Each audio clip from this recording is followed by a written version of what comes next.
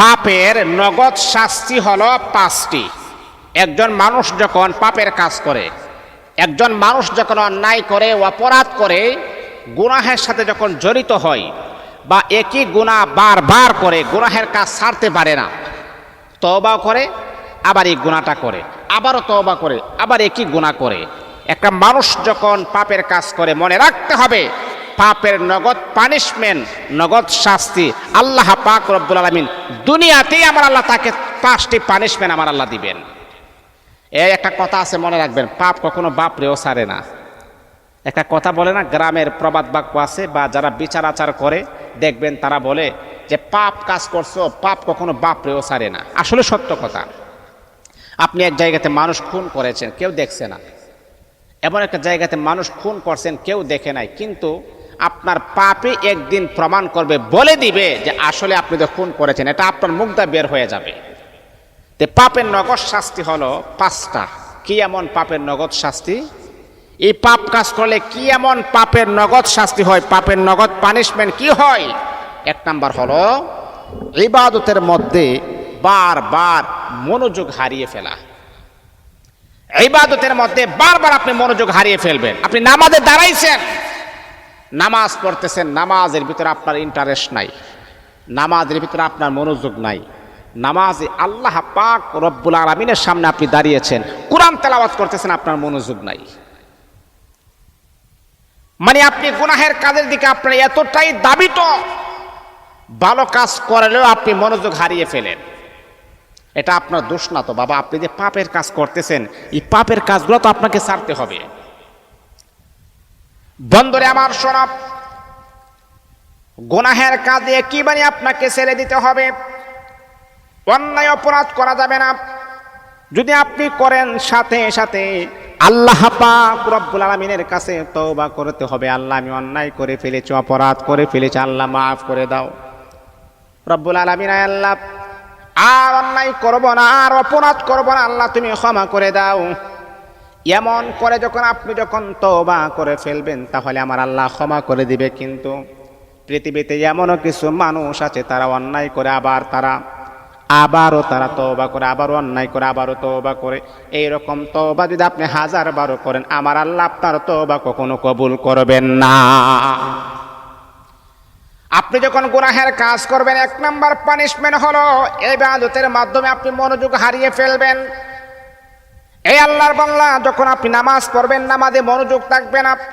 যখন আপনি কোরআন তেলাওয়াত করবেন, কোরআন তেলাওয়াতের মাধ্যমে আপনি মনোযোগ হারিয়ে ফেলবেন।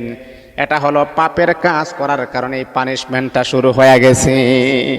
এটা হলো 1 নাম্বার, যে ইবাদত করলেও মনোযোগ থাকবে না, নামাজ পড়লেও মনোযোগ থাকবে না, মনোযোগটা হারিয়ে যাবে।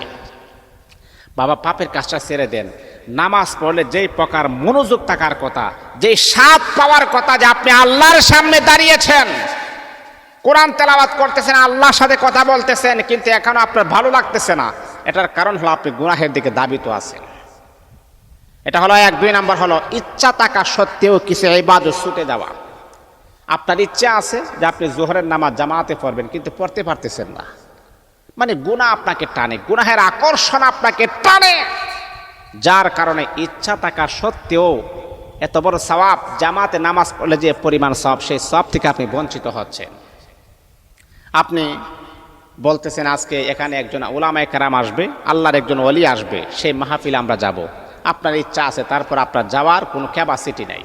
এটা হলো গুনাহের কারণে এরকমটা হয়।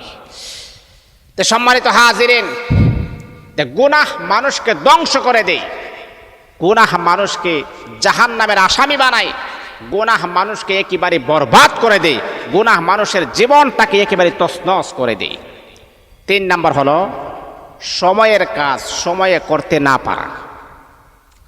মানে গুনাহ যখন আপনি করবেন, অন্যায় যখন আপনি করবেন, বা অপরাধের সাথে যখন আপনি জড়িত হয়ে যাবেন, তখন আপনার সময়টা আর অ্যাক্টিভ থাকবে না।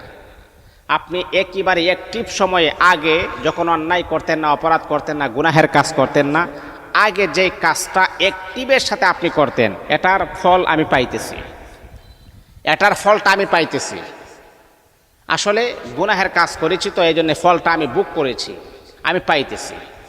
যখন কোনো গুনাহের দিকে দাবিত হয়ে যায়, তখন আসলে ভালো কাজ সময় মতো করতে পারি না, এটা আমি নিজে এটার ভুক্তভোগী।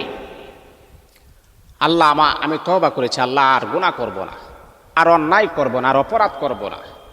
যখন নেকের কাজ করি তখন সময়ের কাজ সময়ে করতে পারি, যখন গুনাহ বন্ধ করে দিই আলহামদুলিল্লাহ সময়ের কাজ একেবারে জাস্ট টাইমে সময়ের কাজ সময়ে করতে পারি। এটা আমি নিজে ভুক্তভোগী। এটার গুনাহ করলে আসলে ভাই আপনি সওয়াবের কাজগুলা সময় মতো করতে পারবেন না, একটার কাজ আরেকটা সময় গিয়ে করবেন। এই জন্য এটা হলো 3 নাম্বার। 4 নাম্বার হচ্ছে মনে অস্থিরতা অনুভব করা। বাবা মনের ভিতরে শান্তি নাই, মনের ভিতরে এক প্রকারের অস্থিরতা, টেনশন, ডিপ্রেশন, হয়রানি, পেরেশানি আপনার মনের ভিতরে থাকবে, মনটা কখনো উৎফুল্ল থাকবে না। বন্ধুরে আমার শোনো, আল্লাহ পাক রব্বুল আলামিনের হাবিব বিশ্ব নবী, পেয়ারা নবী, নবী কুলের সরদার নবী মুহাম্মদুর রাসূলুল্লাহ সাল্লাল্লাহু আলাইহি ওয়াসাল্লাম বড় সুন্দর করে বলেছেন, আমার উম্মতি মুহাম্মাদিরা শোনো, তুমি যখন অন্যায় করবা, যখন তুমি অপরাধ করবা, গুনাহের কাজ যখন তুমি করবা, তোমার মনের ভিতরে কখনো শান্তি পাইবা না, মনের ভিতরে অস্থিরতা থাকবে, মনের ভিতরে টেনশন থাকবে, মনের ভিতরে ডিপ্রেশন থাকবে, মনের ভিতরে দুশ্চিন্তা গ্রাস করবে, মনের ভিতরে অস্থিরতা গ্রাস করবে। এই মনের ভিতরে কখনো প্রশান্তি লাভ করতে পারবে না। কারণ হলো তুমি গুনাহ করো, অন্যায় করো, অপরাধ করো, যতক্ষণ পর্যন্ত অন্যায় অপরাধগুলাকে না ছাড়তে পারো ততক্ষণ পর্যন্ত তোমার মনের ভিতরে কখনো শান্তি তালাশ করলেও শান্তি পাইবা না। আল্লাহ পাক রব্বুল আলামিন কোরআনে হাকিমের ভিতরে আমার আল্লাহ বড় সুন্দর চমৎকার আকারে আমার আল্লাহ বলেন, আলা বিযিকরিল্লাহি তাতমাইন্নুল কুলুব। অন্তরের প্রশান্তি কিসে আসে আপনি জানেননি? অন্তরের প্রশান্তি আসে যখন মালিকের নামে যখন বেশি জিকির করবেন, লা ইলাহা ইল্লাল্লাহ, লা ইলাহা ইল্লাল্লাহ, সুবহানাল্লাহ, আলহামদুলিল্লাহ, লা ইলাহা ইল্লাল্লাহ। এইভাবে যখন আল্লাহর জিকির করবেন, অন্তরটা যখন আল্লাহর জিকিরের ভিতরে যখন আপনি হাবুডাবু খাওয়াবেন, তখন দেখবেন আপনার অন্তরের ভিতরে এক প্রকারের প্রশান্তি আমার আল্লাহ নাজিল করে দিবেন। আমার বন্ধুরা, বেশি টাকা হলা হয়ে গেলেই যে শান্তি হবে তা নয়। টাকার ভিতরে কোনো শান্তি নাই, ব্যাংক ব্যালেন্সের ভিতরে কোনো শান্তি নাই। বাবারে বন্ধুরা শুনেন, শান্তিটা হলো আল্লাহর জিকিরের মাধ্যমে। অনেক টাকাওয়ালা, অনেক পয়সাওয়ালা, অনেক শিল্পপতিকে আমি দেখেছি, তারা টেনশনের ভিতরে দিনকাল অতিবাহিত করে, তারা অনেক প্রকারের দুশ্চিন্তার ভিতরে দিনকাল অতিবাহিত করে। বাবা রে, এত টাকা পয়সা সুখ দেওয়ার মালিক কিন্তু আমার আল্লাহ।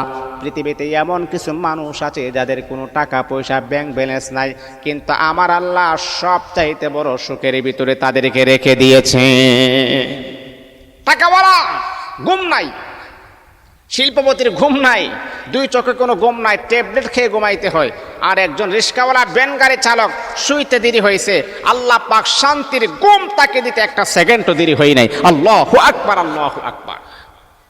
এটা হলো আপনার 4 নাম্বার, যে পাপের নগদ শাস্তি হলো 5টি, এর ভিতরে 4 নাম্বার হলো মনের অস্থিরতা অনুভব করা। আর 5 নাম্বার হচ্ছে মানসিক শান্তি বিনষ্ট হওয়া। মানসিক যে একটা শান্তি, সেটাও আপনি পাবেন না, মানসিক শান্তিও নষ্ট হয়ে যাবে। এই জন্যে এই শান্তিগুলা পাবেন কখন? যখন আপনি পাপ কাজ যখন ছেড়ে দিবেন, তখন আপনি শান্তিগুলা পাওয়া শুরু করবেন। দেখবেন ইবাদতের মাঝে একটা স্বাদ পাবেন, তারপরে ইবাদতে সঠিক সময় আপনি করতে পারবেন, তারপরে হচ্ছে ইবাদত কখনো কাজা হবে না, মনের ভিতরে শান্তি আসবে, মানসিক শান্তি আপনি পেয়ে যাবেন যখন আপনি গুনাহের কাজ ছেড়ে দিবেন। আল্লাহ আমাদের সবাইকে বুঝার, আমল করার এবং গুনাহমুক্ত জীবন গঠন করার জন্য তৌফিক দান করুন।